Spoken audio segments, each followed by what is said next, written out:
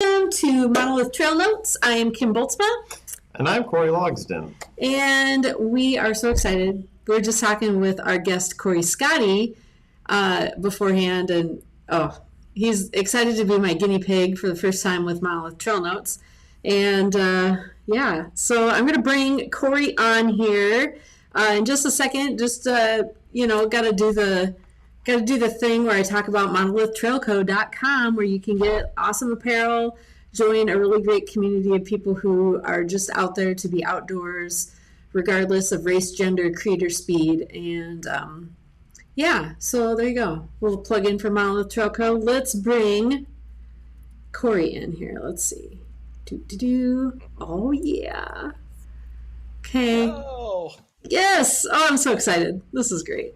Okay, so your volume's up. All right. Cory! How's it going? What's up? Kim, Cory, what's going on, guys? Oh my gosh! Okay, so tell it, where are you in this country? I am down here in sunny, very hot, humid Tampa, Florida. I was right. Trying desperately to still come to grips with the fact that I'm a flatlander now. So I live about just about 45 minutes or an hour north of downtown Tampa. Cool little community about 5 minutes off of the water on the Gulf side. And up here a few minutes from the Florida jungles. Oh, geez. So where were you before Florida? So I grew up south of Cleveland. I was part of the Ohio trail runners scene. Shout out Ohio.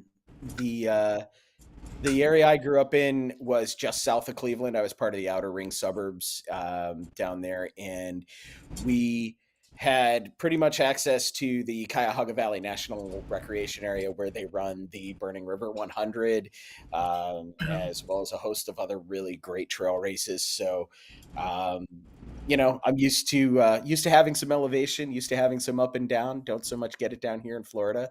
There's a few hidden spots, a few hidden gems where you could get a few feet, but I definitely miss the hills. So you just get like heat training 24/7. 24/7. Just send you down there. Well, what's the temperature there today? It could be actually warmer here than it is down there. So at its peak today, we hit about 97 degrees, and we're sitting at about 78 or 79% humidity. So really hot, sticky, subtropical feeling jungle weather. Nice. Sounds like not my kind of weather. Ditto. But it's good to have it for just heat training purposes for races that you're building up for. Yeah, and when you start looking at how you train down here, it's completely different. There's since you don't have elevation necessarily for hill days and hill training, and for that, just to get that difference of terrain. You get stuck with the heat and the humidity, but the advantage to the heat and the humidity is that the humidity kind of tends to act as an altitude substitute. You really, obviously you're not getting like the oxygen difference and things like that, but that heat training, the couple of races that I've gone back north to run since I've been down here have actually gone really well, because I go from this hot, heavy air to this cool, crisp air up north, Virginia, North Georgia. I love to go up there whenever I can to get up in the hills and go see and do. And you feel better because that you don't have that heavy quality of the humidity when you get back up north toward the middle of the country. Right. Yeah. Makes sense. No, and just kind of on a side note for me, I'm prepping for Leadville. That's next month, and kind of the key aspect to focus on. Yeah, super exciting. You sound I think I see a cattail in the background there. There's no. Was that? Yes, that was definitely cat. So this is my psycho cat. Aww.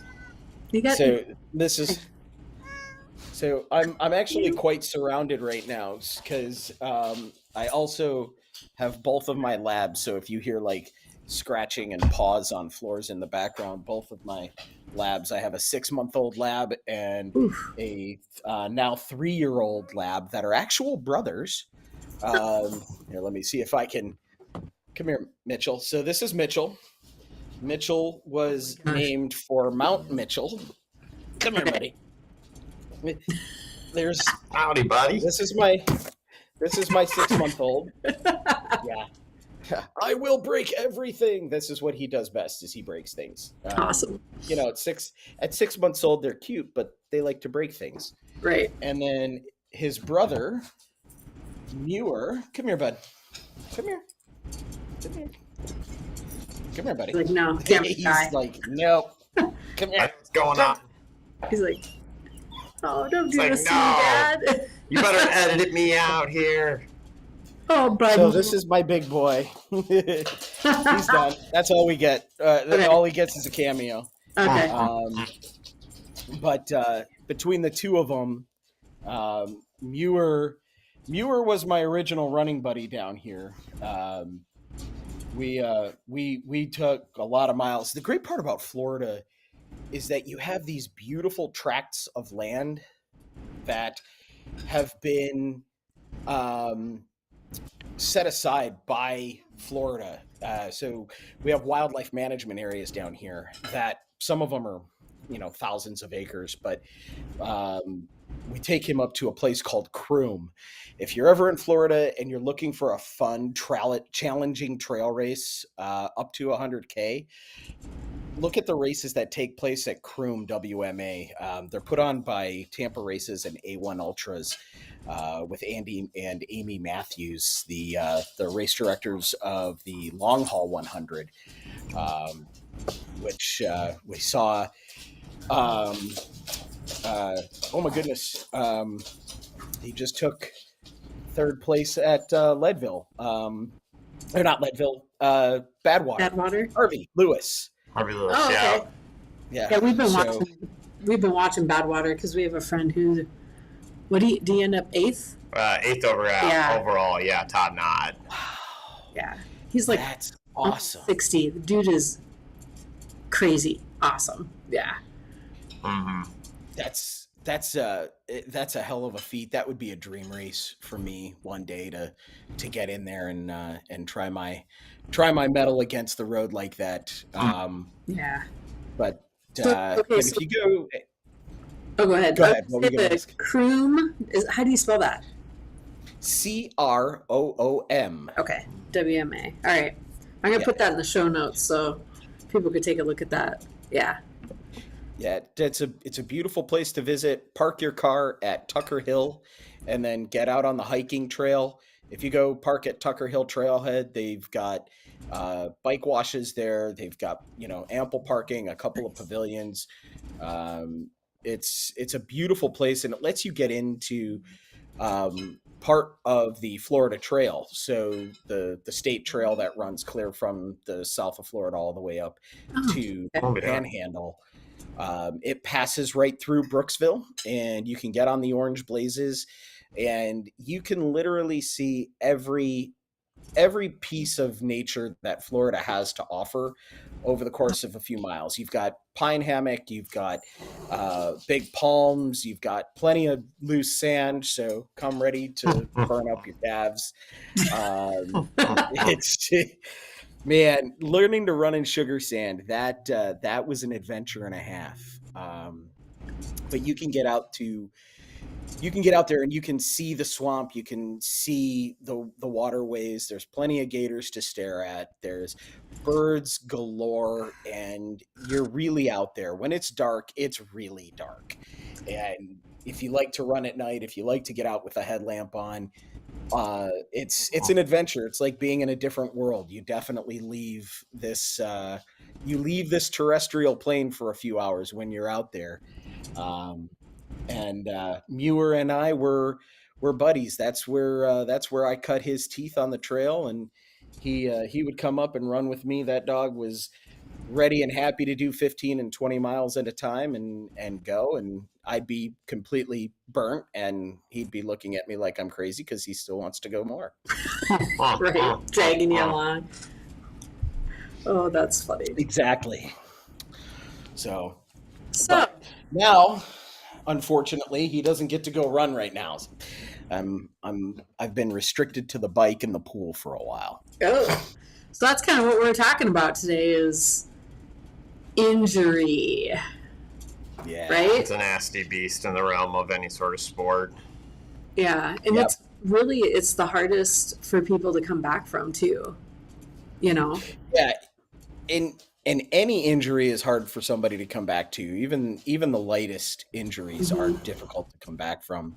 Unfortunately for me, mine was significantly more serious. New Year's Eve of 2020, I was out, made the mistake of getting on my motorcycle, despite my beautiful fiance's best wishes and intuition, and was just a couple miles from home, a few minutes from home, and a white Jeep merged into me. He hit me broadside, which sent me sailing into the right lane, in front of a car that I had just passed, and then that car clipped me a second time. Oh, man. So, a year and a half, a little over a year and a half ago now, everything changed, and it has been a real adventure to figure out how to get back to doing the things that I love, because I spent the first really 6 months of last year pretty immobile. I shattered my left foot, so the one thing that runners want the most is strong legs and good feet. And now my left foot, and there's some pictures. Now my left foot has 3 plates and 16 screws in it. It was pinned in 2 places to support it. I went through 3 surgeries, 2 in a weekend. On the first weekend, right while I was in the intensive care unit here, and then a third a few months later after swelling settled down. And in that picture, you can see how my foot has been stitched back together by a very, very talented surgeon. They went to great lengths to make sure that I could still get back on my feet. Right. And between that injury there, you can see some of the road rash there, the swelling there. This is a very early picture. The swelling there took a good 8 weeks to finally go down and get back to a manageable point before they could operate. But with it, I had a dislocated knee, a hip knocked out of place. I broke my left wrist. I dislocated and separated my left shoulder. It's a miracle I didn't end up with a head injury. Still don't know how that happened. Right. Yeah. So, it throws you for a loop when you go from training for a 100-mile race, which I was supposed to do just a few weeks later, to doing nothing. So did you even have crutches at all, or you just couldn't walk, period, for so many weeks? Yeah, so I was on a knee scooter, got myself one of those funky cool 4-wheel knee scooters, and was able to scoot around, but I was absolutely zero pressure. I had absolutely no ground contact whatsoever for 6 months. So, the atrophy after a certain point with not working out, it's amazing how fast you lose muscle mass. I don't know if either of you guys have ever had the displeasure of having to be there, but the rate at which you lose muscle mass is alarming.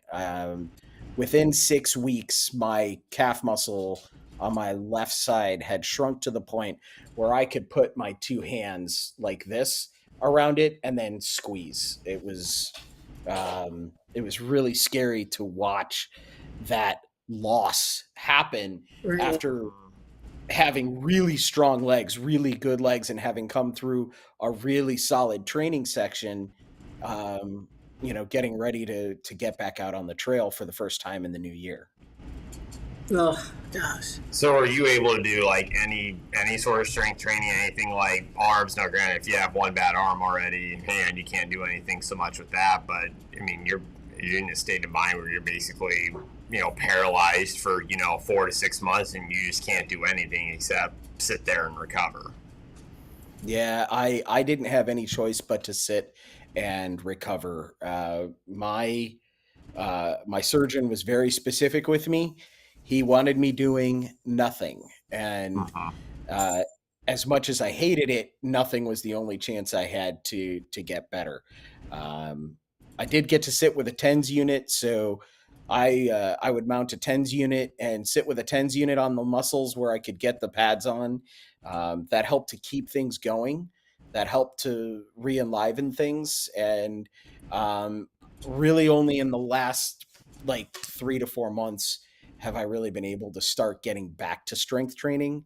Um, I've been very lucky to start working with a guy named Will France.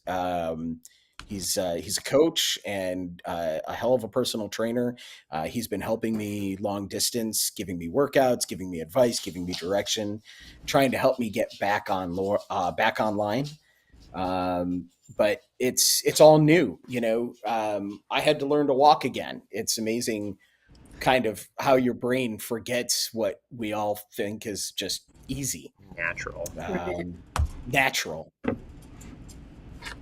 So, and where do you kind of sit right now after 6 months of basically doing nothing? What kind of workouts does your coach have sitting there for you? How much walking are you able to get in a day? Have you started running yet?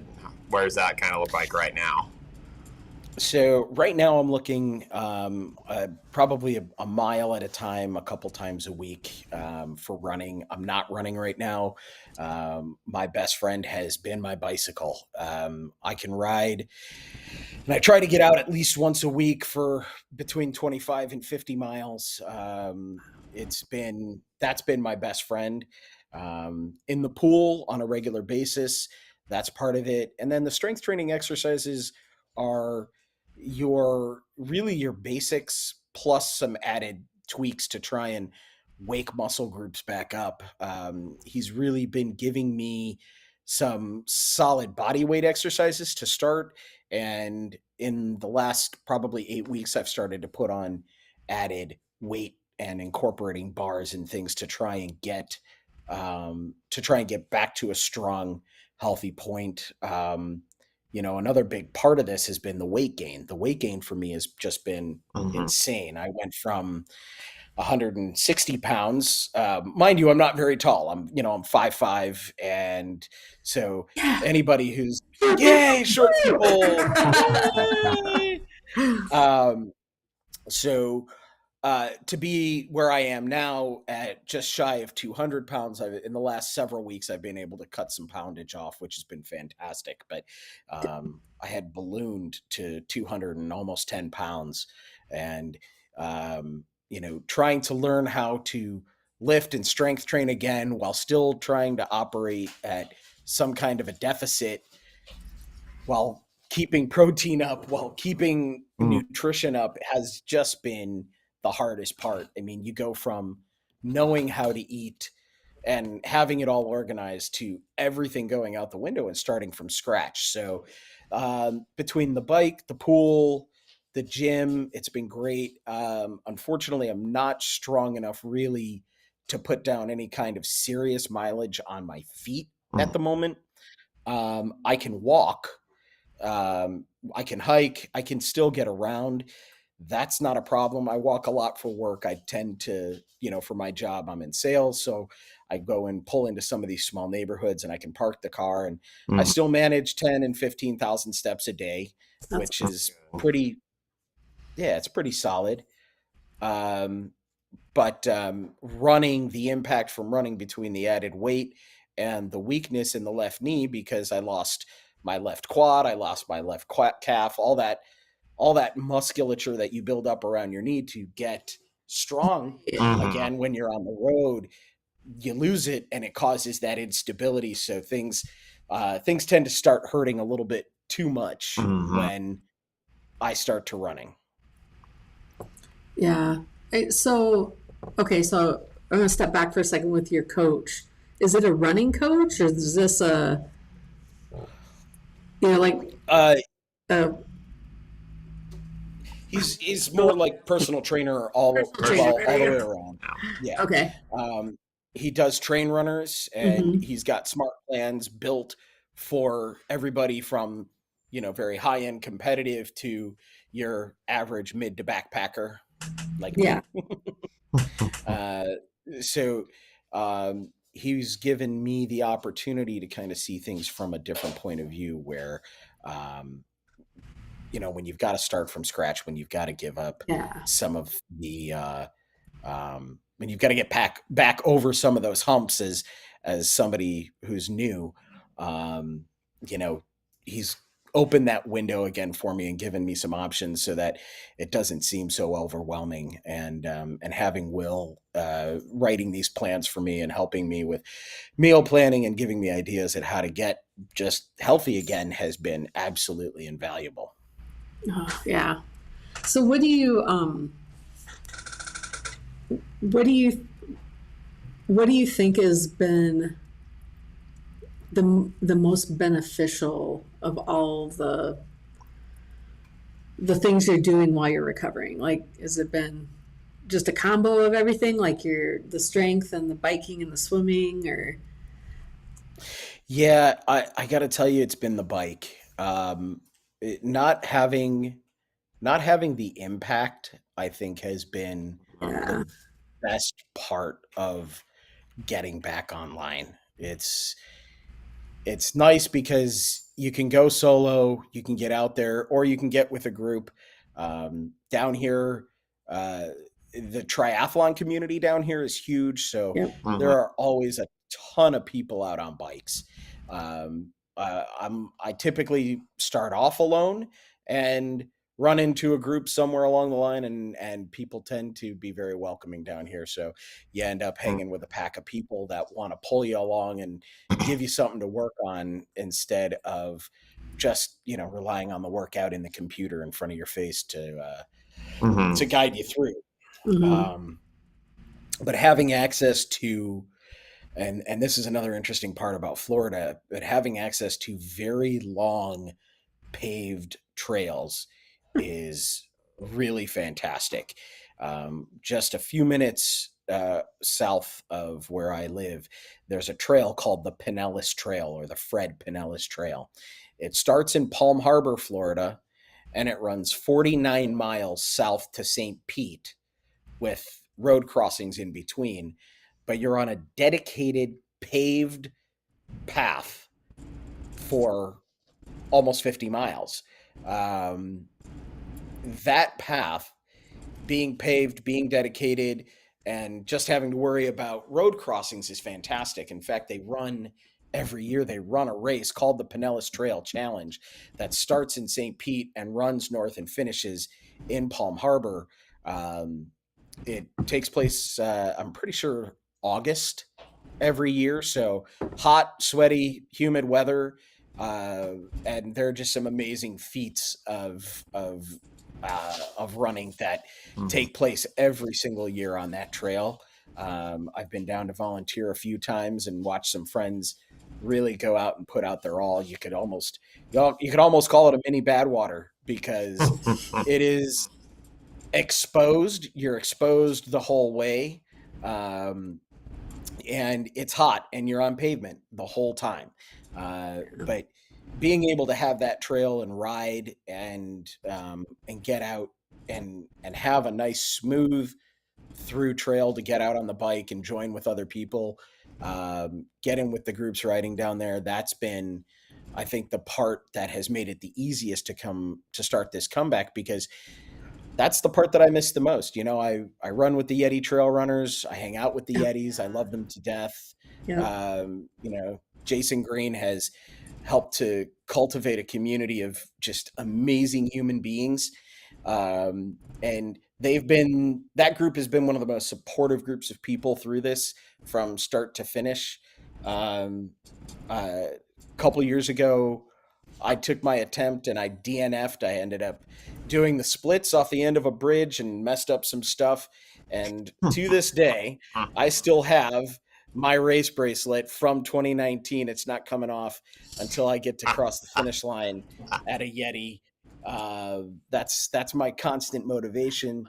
But I miss the community the most. I miss the people. I miss being part of that group and being able to really get out and do those things. So now that I can finally get out and be a part of a group, be a part of a bunch of people, I actually host a pub run every Tuesday night. I get out and hang out with runners, and I'll go cover a half a mile or a mile and then come back while everybody else does the 5K, because that's about the max that I can handle right now. It's all right. But that community is so important. Oh yeah. I mean,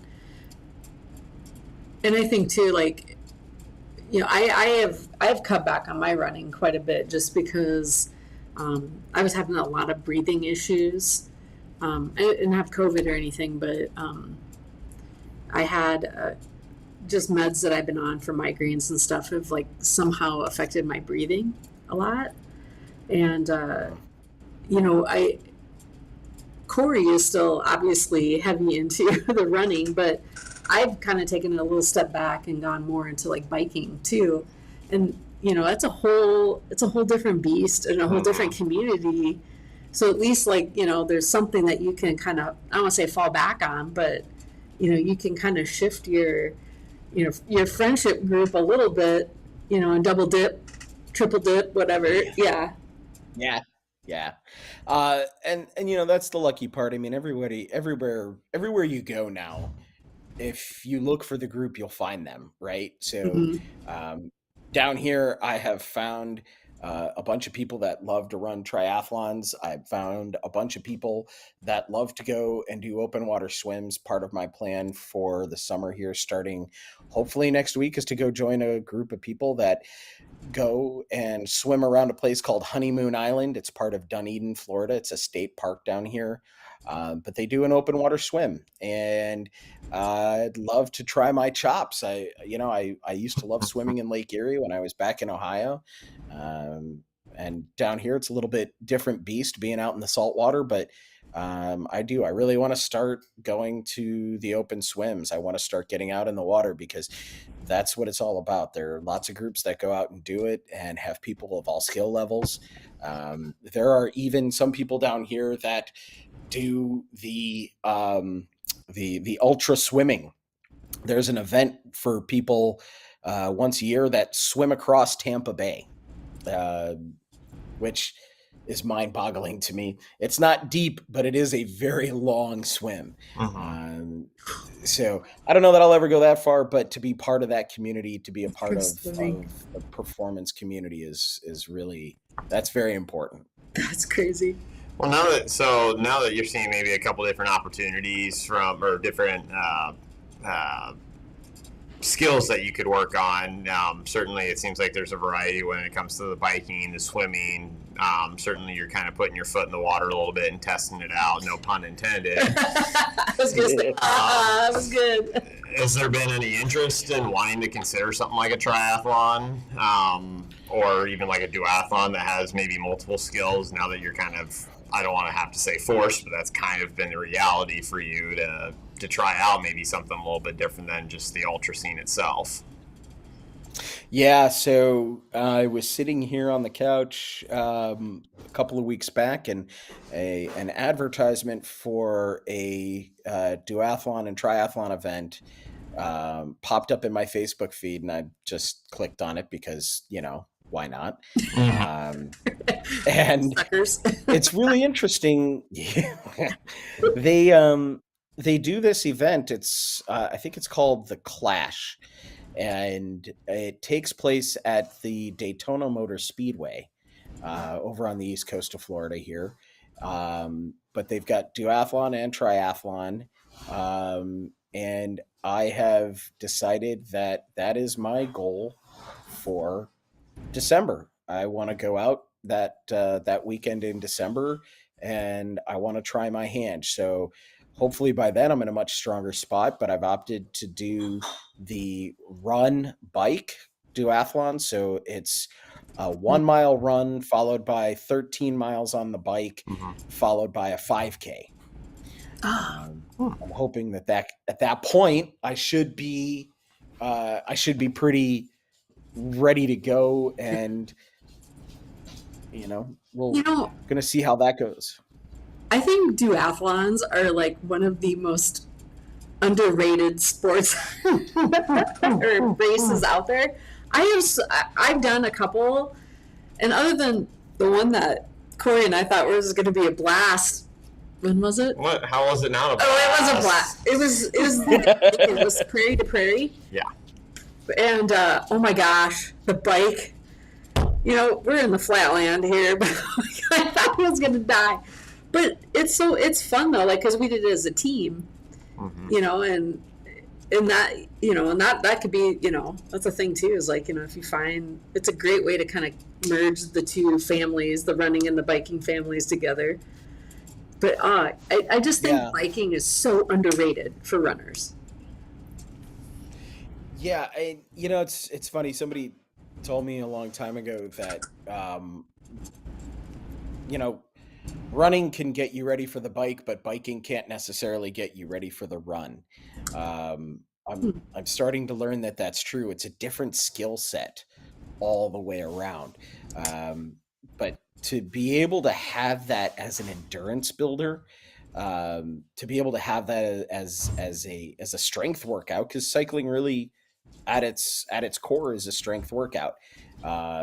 You start to figure out that when you're on the bike, when you're in control and you're really calling the shots and figuring out that the bike is there as a tool to not only improve your cardiovascular efficiency, but also some of your muscular efficiencies, to be able to put yourself on a bike and go. I love it. And I watch a lot of people online. I've got a lot of cool friends that do some amazing things.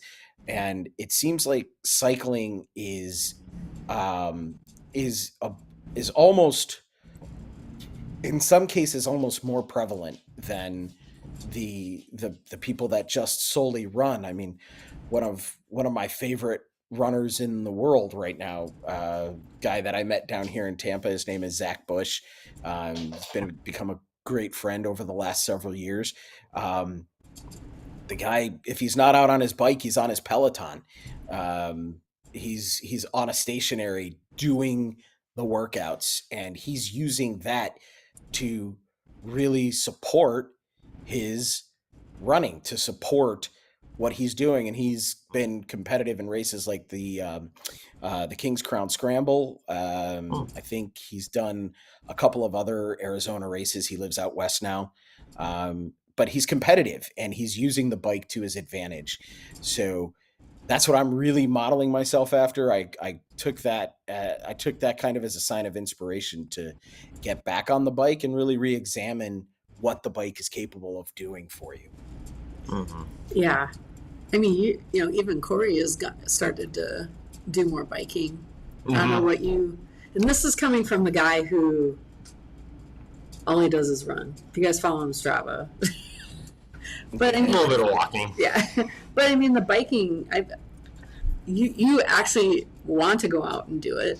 It's a nice little change up too. I think, if you're trying to focus just on one particular skill, not to say that I'm getting bored of running per se, but it's nice to kind of change gears a little bit, because you see things in a different perspective. But not only that, like you've kind of mentioned, it's a good strength builder, and you can work on a variety. I mean, I think that's the unique thing with ultras that a lot of people probably don't think about, and I'm kind of realizing it a little bit more, is you can use a wide array of different muscle groups when it comes to the ultra scene, and you use a lot of different muscles that don't normally get used for a lot of the shorter stuff. And to be able to do different skills, swimming, biking, even just strength work, that goes a long way into keeping you healthy and strong. There's a good reason why you have the Jeff Brownings out there that are in their early 50s and are still top 5 performers in many of these races. And if you follow Jeff Browning, he's out there doing strength work. He's not just doing easy runs. He does the whole package, and it's nice to kind of just change things up every now and then too. Yeah. And I think that you just said it too, Cory. It's the fact that it is the whole package. It's not just one thing. You're not ultra focused on the ultra. You spread your focus out. It does change the scenery. It does give you a better look at things, but getting that total package and getting back to total health has been kind of the mantra that rolls back into my head every day. So when I do go out for the workouts, when I do get out on the bike, when I'm in the pool, it's about total health, taking care of not just the physical part, but also taking care of the mental part. Because if anybody who's ever put down a high mileage week understands what mental drain is, and you've got to be strong for that. And if you're a high mileage runner, like so many are, yeah, it's good for the mental game. But what happens when you don't have that anymore? What happens when you can't do a high mileage week? I was higher mileage. I was doing 50 to 60 miles a week, between running, hiking. When I was on my feet a lot, I could get up into that 50, 60, 65 mile category every week. Um, but what happens when you lose that? And coming back to that idea of total health is so important. And I think that too many of us get wrapped up in the physical part of it and start to ignore the mental part of it, and what working out really means for us as a group. Um, that's one of the things that I have been fighting with now for the last several months. Is I was inoperable. I lost my stress reliever. I lost my out, my me time. The time that I set aside to go out and get sweaty and dirty and talk to trees and yell at my shadows and burn off all my frustration. Um, I lost that, and I don't. I know, Kim, you said you've been having breathing issues and things, but if you do you know what I'm talking about? Do I sound crazy? I hope I don't sound crazy. No, and yeah, I mean, I think that I'm a super social person, so I think not like just not having that running component was hard on me mentally because it was all my friends, I mean, I have other friends outside running, but when you're meeting up with people to run with them, and you're planning races with them and stuff, and then all of a sudden you're just not able to do it. That's hard. But it's really interesting in terms of, I mean, both mental health wise, but also like learning who your true friends are. Yes. you know? Yep. So it's been a difficult Absolutely. component for you now to where, people that you would run with, do you still have that interaction with them now? Or are there some that, it's like it was strictly, oh, I'm just meeting him up for a run. That's all I care about with him. And, maybe they don't really touch base as much anymore and don't have to give names or anything like that. But how difficult has that been for you to just call them out one by one? But how difficult has it been to just try to keep that interaction with people that was maybe one of the main components that you shared with them? What's the ability to get out of the house? I've lost a lot of friends over the last year and a half. There are people that I was lucky enough to talk to on a near daily basis and have those conversations with about what's your workout doing, where are you going, what's your plan, and we would run 2-3 times a week together. And now um, those people have left me behind, and it sucks because those were some great friendships, but they became focused on their own goals, which I cannot fault anybody for. And when you're not able to compete with other people's schedules, and you're not able to say, hey, why don't you, come over and sit on my couch, because that's all I'm able to do. um, but because of that, and through that, I have seen who the true people are, who the real strong people are, that are there, they're supportive, they're out there doing it themselves. And I'll send somebody a message, run a mile for me, put one down for me. um, Mhm. and it's funny, I've actually kept a running list. So I have a list of about 10 people who I have told, go run a mile for me. And my goal, when I can finally get back on my feet and do this, is to repay all those miles. So Well, um, that's going to be a really fun thing for me to do in the next year. And as of right now, that total sits at about 75 miles total. So hopefully over the course of the next few months, I can get back at it, and be able to meet that promise that I made to repay all those miles that so many people have thrown down for me while I haven't been able to. Right. and that goal for that is to do it all in one run, right? You can't break it up over Yeah. a couple runs. It's all in one Yep. go, right? Yep. All one done. One and done. I figure if I can stack up one more time, and I'm lucky enough to make it in on the lottery to the Yeti, hopefully for next year. The Yeti 100 really is it's the A goal. It's the number one race. I really want to run. I really want to complete. I only have two races right now that I have unfinished business with. The Yeti 100 and the Keys 100.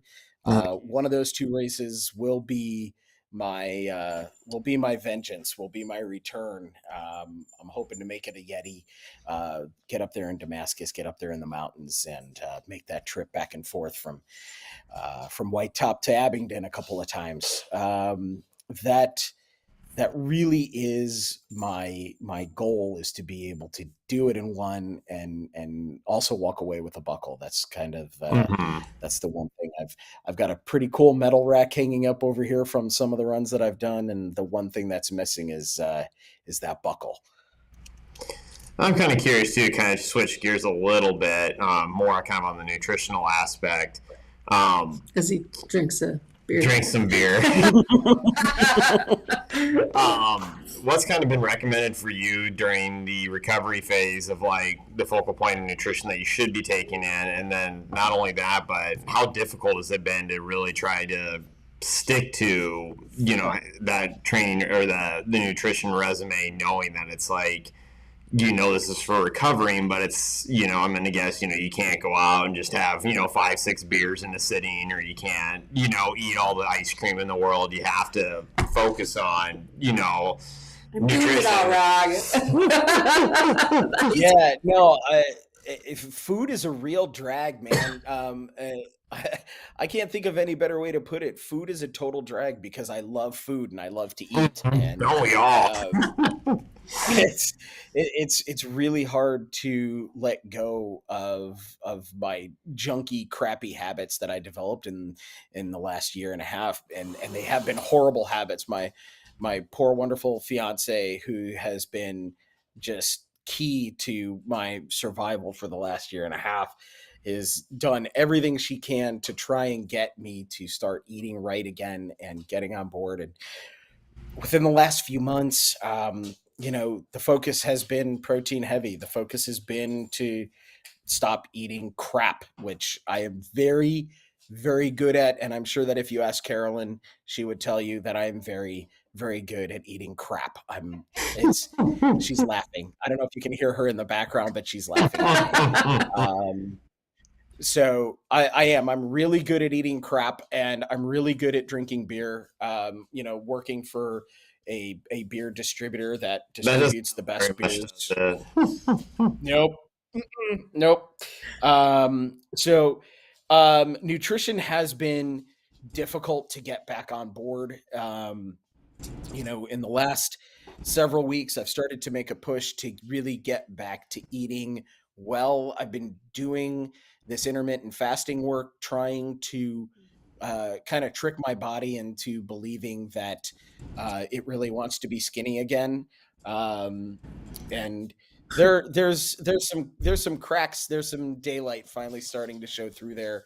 Um, I I have and in working with Will, he's pretty much all about eating and eating right and eating well. And so for me, my first love when it came to race nutrition was the Scratch Labs cookbooks. Anybody that's paid any attention to Scratch Labs will find out that real food is a real wonderful thing. And for me, I can't take a gel, can't do it. I can't stand the texture, can't stand the flavor, can't stand what it does to my gut and the inevitable blow up that it's going to cause because it's going to. Um, I do take. she's she just showed me a sign. We go through hard boiled eggs in this house like they're going out of style. They've become like the ultimate power snack. Little fat, little protein, Throw and some good for you. sriracha on it. Golden. Poor All toilets. the way, Poor 100%. toilets. Have a plunger. But if you look at real food, and I encourage a lot of people to do this. When I first moved to Florida, I was blessed. I got to help runners be runners. I worked at a couple of different running stores, and I was able to help further other people in their goals. And Scratch Labs really became a daily part of my routine, and I'm slowly but surely getting back to that point because I have to have real food. So when you look at the fact that they have a cookbook that is completely devoted to giving you portable options, little tiny things that you can wrap up and throw in a hydration pack pocket, or throw in a coat pocket and take on the trail with you, that are nutrition packed bites. You don't have to eat a lot of it. You can eat, a little here, a little there, and still get everything out of it that you need. It's a great replacement. I can't do the typical race nutrition. The gels kill me, tear me up, destroy me. I can't do the high sugar content sports drinks. Hammer and Heed and the like of those. They work for some people. They don't work for me. They're too heavy. So I really like the hydration mixes that they provide. I love the options that they give you for food. And there's everything from the little stuff that you can take with you, and they've even got a family style cookbook that is pretty freaking cool if you ever have a chance to look into it, because it allows you to cook food that you love, that you want to eat. And that's a big part of it. You got to want to eat it, right? Right. So And that's the Scratch Labs, right? Yep, Scratch Labs. So the three they have, there's the Scratch Labs portables, the Scratch Labs cookbook, and then the Scratch Labs family style. So if you want to make good food for your whole family that you get to eat too, nobody gets excluded. It's fantastic stuff. I would urge anybody to check it out. And for the record, no, I'm not an ambassador. I just really love the methodology. I think Alan Lim is a very smart individual. Obviously, he fed pro cycling teams for years that all had a great high level of success. So if it can work for the big, tough, fast people, it can work for me, who's short and fat right now. Oh shit. Yeah, back to the beer. What was the name of the duathlon you're gonna do? It's called Clash. It takes place. I want to say it was the first or second week of December at Daytona Motor Speedway. That's right. Okay. Cool. Now we talked about this when we were messaging each other. You brought up imposter syndrome. Oh my God, it's so real. Deep thoughts. It's Let's so go. real. Yeah, let's go. Let's go. Let's get deep. Yeah. You When you're stationary for as long as I had to be stationary, and you realize that the community you were are a part of, is still moving, you start to really question whether or not you belong there. Oh, And that that has been the hardest thing in the world for me, because I sit here and I get to watch these people that I'm friends with, that I've crewed for, that I've volunteered at races and helped them fill water bottles and run alongside them and shared miles and paced for, um, and I get to watch these people doing these things that we all love, doing these amazing things. And here I am stuck on a couch, unable to move, go do anything. And it is it is scary, the halls of depression that it can throw you into if you let it. Yeah. And it's, that is, Uh, it's hard to not let it at times, you know? yeah, for sure. I never thought that I would be that guy. I never thought that I would ever find myself in that position. I I found myself, and I found a large part of my identity in the trail community.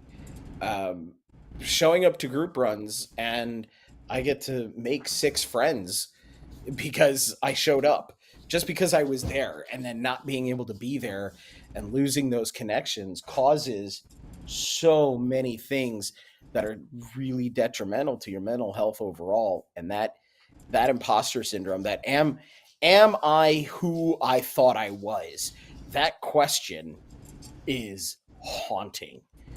Yeah. um it can be a real dagger to ask that question. And I would tell you right now, I'm probably dealing with the biggest case of imposter syndrome that I've I've felt ever. I don't know, kind of, if that identity is still real. Am I still an athlete? Can I even call myself an athlete if I'm not doing the things that my athlete friends are doing? Hmm. Um, how do you reconcile that thought train? Are you still this person even if you're not able to do the things that make that person? And yeah, Or, it sucks really bad. or, and I've thought about this a lot too, like, or do you just become the person that you are right now?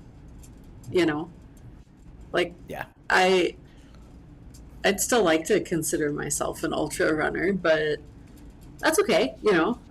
I'm biking, I'm running, I'm trying, I'm changing my attitude, trying to be positive, surrounding myself with those kinds of people, you know. Well, to me, I guess it kind of feels like it's more like just like an evolution. Mhm. Each individual one of us, based on whatever events or circumstances that hit us. Um, I think the hardest thing, of course, is to change. I mean, for the human mind, it's like we're all scared of change. We don't want to do it. We want that consistency. We want to know the known. But to me, I don't think that really changes an individual. Yeah, we have to find ways to, if we want to hold on to certain things, we might have to work our asses off, to keep those things that we love doing. But I mean, I think all of us could sit here and say, do we have the same friends we had 5 years ago? Are we still doing a lot of the same things? Some of them, unfortunately, in your case, to where you have an accident that you had no control of. You kind of have to make those decisions, based on how you go through the process and how you recover through it, and then what you ultimately want as you discover yourself again. Right. Right. And it's in that journey, right? Like that self-discovery. I mean, you know, it wasn't so long ago that I started on this journey. I didn't start running until I was in my early mid 30s. And here I am at 41. And yeah, Yep. and here I am at 41, and this thing that I have fallen in love with, the reason that I met my fiance, quite literally, we met in a Facebook group for runners. Um, yeah, and she at the time was training for the New York Marathon and has now done it 2 times. And she's a great road runner. She has some fantastic accomplishments under her belt. That thing that I fell in love with, I can't have it right now, and it sucks. It is the worst because I want it more than anything. So I have to figure out what it means to keep moving forward. I have to figure out what that's going to take. I know that I'm a good 3-4 months out from actually being able to functionally run a 5 or a 10K. I'm fully aware of that. It's taken me over a year to come to grips with that. I really wanted to be back on the trails right now. I miss throwing the dog in the car with a leash and a few water bottles and disappearing for those hours out into the woods. I'll get to do it again. It's going to take time to get there. And I think it's really important to focus, like be accepting or be okay with recovery. Because we're watching, we've seen people even in the local area who may get injured and I get the total love for it, but you got your body, you got to listen to your body, and you got to take the steps to, if you really want to come back, right? You want to be the comeback kid. Got to take necessary You got to steps. take those steps to recover. And I think injury really makes, at least for me, it's made me really think about like how listening to my body more, and like, okay, so did I just hate that, or was it something more than was it really my breathing, or did I just not have a good day? But with recovery too, it's just like you have to take those steps. It sucks because there's a lot of steps. A lot of steps. And like Cory, before we started today, I mean, you're getting ready for Leadville. You're getting ready for one of the biggest dream races that I could possibly imagine. I'm dying just to get out into the mountains of Colorado and be there to watch and see a part of it. Between Leadville and Ouray, those are 2 races that have been on my list just to go watch, just to go stand at an aid station for 14 hours and be a part of it. How do you deal with the bad days? Because not every training day is a good day, and we all know that. How do you deal with the bad days? And I think that this is a question that I've been looking for an answer to for a long time now for myself, is how do you deal with the bad days? I mean, the last bike ride I took, I really wanted to get 35, 40 miles, and I was done at 25. I limped the second half of that ride back to the car at 8 or 10 miles an hour after throwing down 25 mile an hour stretches and 30 mile an hour sprints at max power. And then I limped back, and that was a bad training day. It was too hot. I was too tired. I was underprepared. I didn't have everything right. I did not fuel well the day before. What do you do to deal with bad days? I'm actually legit looking for like an answer on how to deal with them. I think it varies for everybody. My 2 cents to it has been there's going to be bad days. Not to speak highly of my side of things, but I know the GOATS community here in Omaha, they've seen me run so many races where it seems like that guy's untouchable. He's just running, he's smiling, he's laughing, he's having a great time. Over the last year or 2, there have been some races I've struggled in, and it's hard to accept the fact that you line up on the starting line feeling like you're 100%, and then you get 5 miles in, and it's like, what the hell's going on today? Nothing's working right. Breathing sucks. My legs don't want to pop off the ground like they're used to doing. I'm doing everything I can. I had this exact example with Kettle Moraine 100 about a month ago where nothing was clicking. And the biggest thing that I've come to learn over the course of the last 3 to 5 years is you have to be accepting that there's going to be bad days. And It's just part of it's just natural with whether if it's running, it's biking, work, relationships, it's anything. You're going to have your days where you're not going to just wake up and everything is going to be Rainbows and unicorns. Rainbows and unicorns is all I can say. Yeah. The biggest thing to me, I think, is just accepting that, and whether if it's a matter of you tell yourself, I just need to go out and get something in today. Or if you're in the middle of a training run, or if you have a planned speed workout, whatever it is, make the appropriate adjustment to what you feel like is appropriate. If it's a matter of simply just taking the day off, there's always going to be the next day. There's always the thought that if you can't do speed today, let's try to do it tomorrow. We also know there's exterior things that can certainly conflict with our ability to do things. If it's going to be 20 below with, 30-mile-an-hour headwinds, that's not going to help doing speed work. You remember that from Ohio. You remember those days where you have a foot of snow on the ground and you can't run 4-minute miles, But I wish I could run a 4-minute mile. But no, I think, and it's easy to beat yourself up mentally. I'm guilty of that as well, to where it's like I can beat myself up on it, but the fact of the matter is you have to accept the fact that you're going to have bad days, and you have to make the right adjustments to it. You beat yourself up, you do, but just try not to let it get too much to you to where, it's going to affect you moving forward. I think it's just important to know that you make adjustments as you go. It's going to be natural, and I've done the same for even on good days.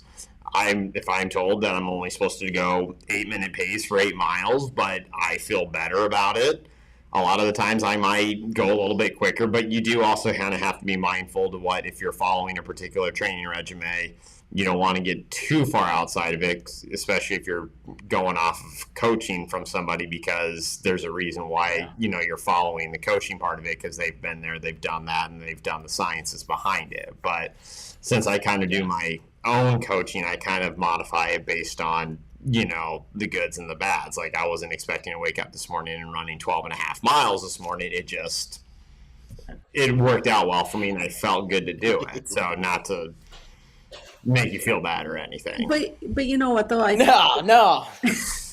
But I think, Go ahead, Kim. you kind of identified what happened. Like, there were some reasons going into it. Like you said, you didn't feel well, right? And sometimes it's just a matter of like, okay, like I said, was this just a shitty day, or could I have maybe had one bowl less of ice cream yesterday? There's a lot of things that can have an effect to it, and it's just a matter of. Just could be the day. Mm-hmm. I mean, we've all had those. I've had plenty of those Sunday long. It's supposed to be a 20-mile long run. I get 4 miles in, and it's like, my body doesn't want this. It sucks. So I turn around and I call it at 8 miles, if it's an out and back, and I might consider going back out later to try to see if I can make up the rest of the miles, or I sit here and say, this was an off day, let's try again tomorrow. Right. So it might not be the most ideal answer one might look for, but I think for me, that's kind of been my best way of looking at it. Other people might have different avenues to it, but I wish it was, sunshine and rainbows every day, but it's just but that's also the good thing too with that is it's a challenge that you have to embrace, and you have to mentally think about what's going to be best for me moving forward. Right. Yeah, and I think that's really the hardest part of it is knowing what's best for you. And I'm in a really lucky spot right now where I've got a few people around me that are more than happy to tell me to cut it out and stop it and reassess and figure out what that right way is. The cycling community down here is awesome. I had an opportunity last year.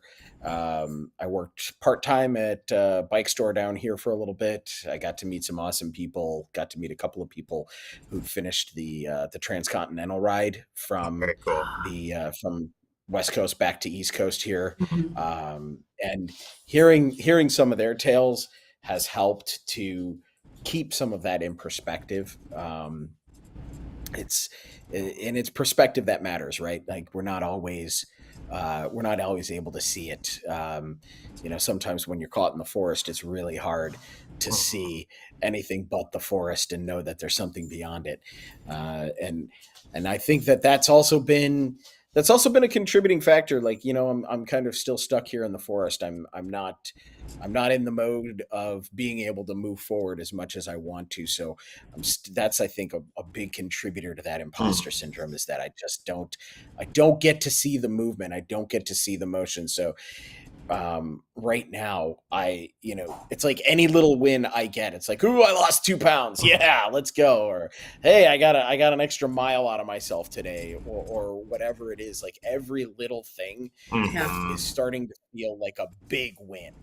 But let it, right?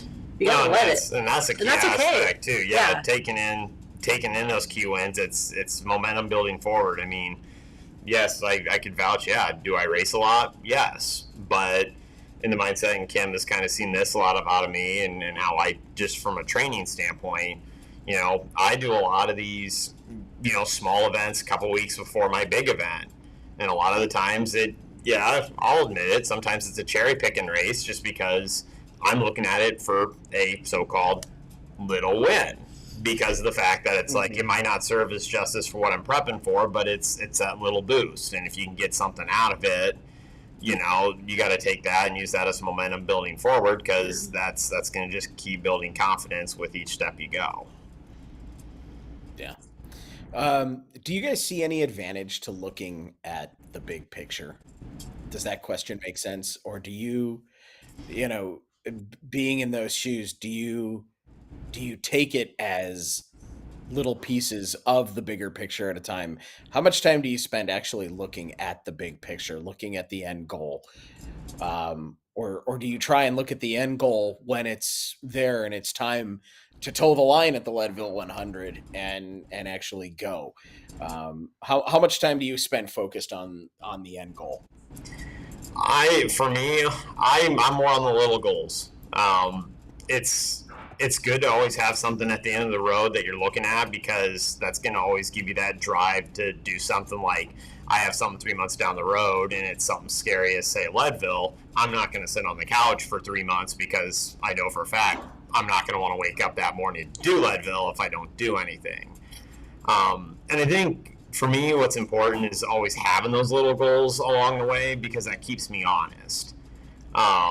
If I don't have something like that, then it's a lot easier to not feel driven and to kind of take that back seat a little bit. I think it's good to always kind of every now and then look at the big goal, because, depending on what's going on with your little goals, you might have to kind of tinker what that big overall goal is. But I think it's more important to focus on those little ones, because those little ones are going to be the kind of the combinations that are going to get you to that ultimate goal. Mm-hmm. And I think, you being a business owner, I think it's important to focus on the small goals, because you're not going to make $1 million tomorrow. You have to make, dollars here, dollars there to get to that ultimate goal. It just, unfortunately, we're not in a society to where things just all of a sudden fall in your lap and you've reached that goal. And I think part of the big picture is the plan to get there. To make it. Yeah. That's something that's really hard for me. It's just because I'm a total creative. Like, my, there's always thoughts, and, it's probably been, I don't know, maybe a month since I was like, oh, I could start another business. But have I want to make, we just bought a Bold Press. We bought a print shop, and it's called Bold Press, and I want it to be successful, but at the same time, like, that's a big picture, really big picture thing. I got to change it to, I would just like it to cover all of its expenses this month, right. And then next month I can be like, all right, here's the next step. Now, I want it to have this much revenue, and how am I going to do it? Right? Mm-hmm. It's just the same with, like, running, and I can say all day long, I want to lose the 60 pounds I've gained since I started all my migraine meds. I'm with you with that, that 60-pound weight gain, but I mean, I can't sit on the couch and let it happen either. So what do I have to do? Eat better, get my butt out the door in the morning. Little things, yeah, because there's just not going to be a cure-all where you can do one thing. It's good to always look at that big picture, but it's always nice too to have those little goals, because those are the nice little rewards you get along the way that keep you motivated, that keep you hungry to keep going for that ultimate goal. And for me too, I mean, the end result of that big goal is so much more rewarding if you spend the time to build those little goals to get to that ultimate goal. I feel like this just turned into a motivational podcast. Oh my. Isn't that what podcast? I'm okay with it. I'm totally okay with it. I mean, I hope that somebody finds the motivation that they need. I know motivation can be a real killer. So hopefully somebody finds something in it. I really, I know that I already have, and I'm one of those people that tends to feed off of the positive energy of the people around me. And so, knowing that you're getting ready to take off on a dream adventure, one that I have dreamed about since the first time I saw a trail running video several years ago, 10 plus years ago now, about people who run the fells of England and run these giant 14ers like it's no big deal because it's fun. That to me is motivation. That to me is a reason for me to want to do more and be able to push myself and get back to a point where I can do those things that I'm absolutely in love with. So, I keep telling myself I will be back, and yeah. And right now, the big goal in my world is to get back to being a morning workout person. I used to love getting up at 4:00 in the morning. It sounds crazy, but I did. I used to love getting up early. I used to love. I love getting up that early, but there is that awesome reward of being able to get it done and then heading into your work day or whatever your day holds, and you've gotten that done. There's something about it that getting it done and out of the way. I like having the endorphins. The endorphins, to start my day. I've never really been much of a morning workout person, but I am now. So, and that, I've since signed up at the local rec center, and the gym opens at 6 and the pool opens at 8. And because of the fact that I get to have the dream job where I get to run around and sell beer for a living, I don't have to start most of my mornings until 9:30 and 10 o'clock. So no excuses. I get no excuses. No excuses. No excuses. I've got nothing scheduled for first thing tomorrow morning. So first thing tomorrow morning, I am taking myself to the dang gym, and I'm going to go and get her done. So that's the big one for me, is to get back to being a morning person and not wanting to lay in bed. I really hope that I get to actually start annoying my dogs the way that they they annoy me first thing in the morning. Return the favor to them. Right, puppy? Right, puppy? He's ignoring me now. Like, I know you're talking to me, but I'm gonna not pay attention to you. That's what puppies do best, though, right? Right. So I know we're over an hour here, but kind of like a last thought, what out of all your injury and kind of the road to recovery, what is the most important thing that you've learned about yourself in the last year and a half? I can survive. Mm-hmm. I can still do things, and I'm doing things now that my doctors a year and a half ago told me that I should not be doing. and that I probably will never be able to do again. I think the bottom line for me, and the thing that's been the driving factor, is that I survived. Mhm. Without getting too far into it, I was given a choice on the pavement that night of, do I want to stay here or do I want to call it quits? Um, I'm here, and as bad as it was, I'm here. So Mhm. I get to say that I survived, and because I survived, I have been given a second chance to do these things and not waste the gift of motion. Yeah. Well said. Very well said. Jenks, you owe me a soda. Okay. Ah, It's empty. You didn't say if it had to be full. Should like some of my spit. Well, this has been fun. I'm so glad that this has been a blast.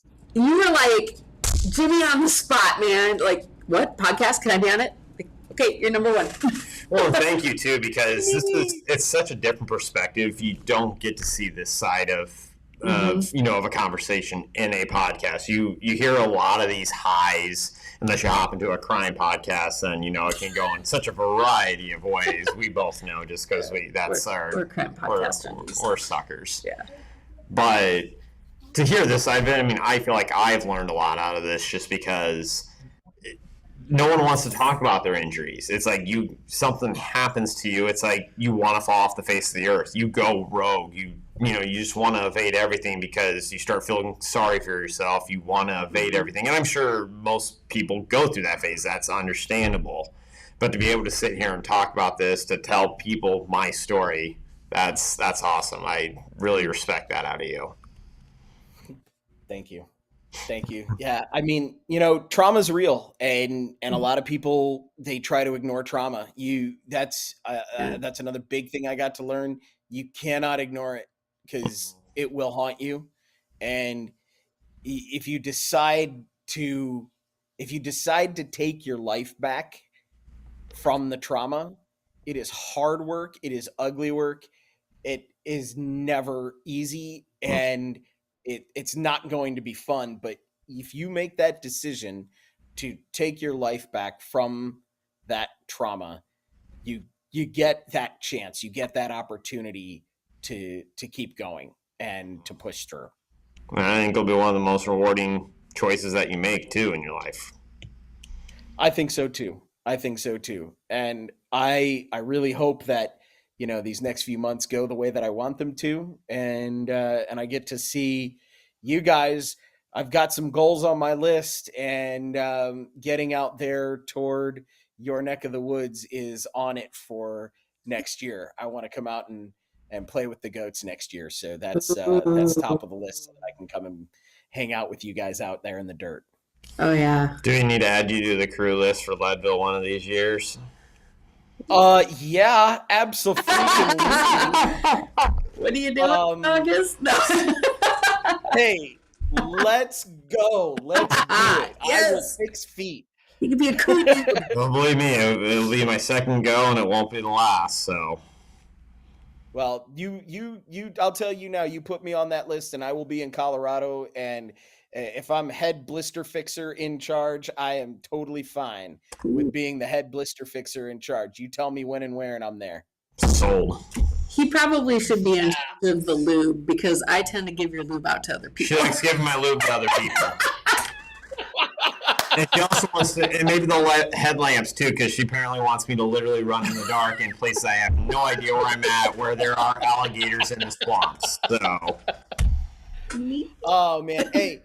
Seriously, put it on your list for next January. Come down here, come do the Long Haul 100, and get a look at an awesome race put on by awesome people, volunteers that Florida has to offer. I think our friends Jen and Pedro Loza ran that actually earlier this year, if I'm not mistaken. Didn't Miguel go down for it, or did he not make it down? I don't think he went down. Okay. I think it was just Jen and Pedro. So I know this race is event.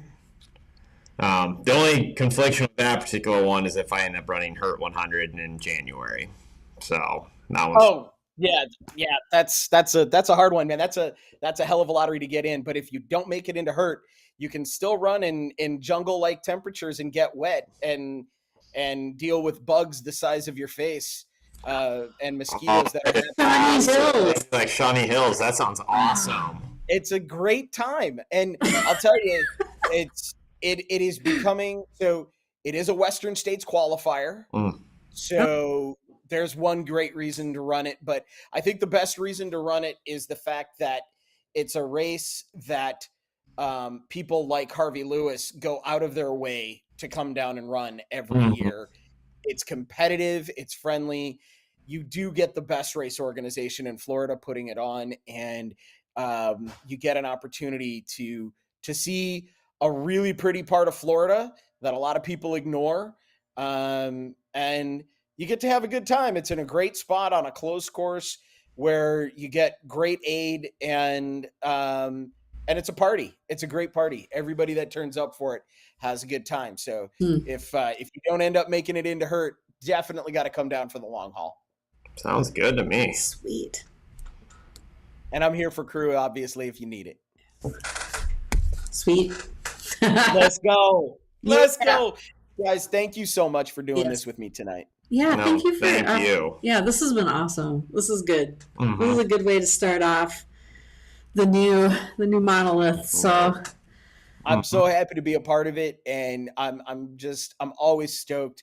Some of the messages and pictures that come through in our chats that I get to see, they've been a huge part of the reason why I keep pushing forward. So thank you for letting me be a part of it. Thank you for letting me be on tonight, and hopefully we'll do it again here in a couple of months, and I'll give you all a progress report. Right, that sounds good. I like that. Definitely. Yeah.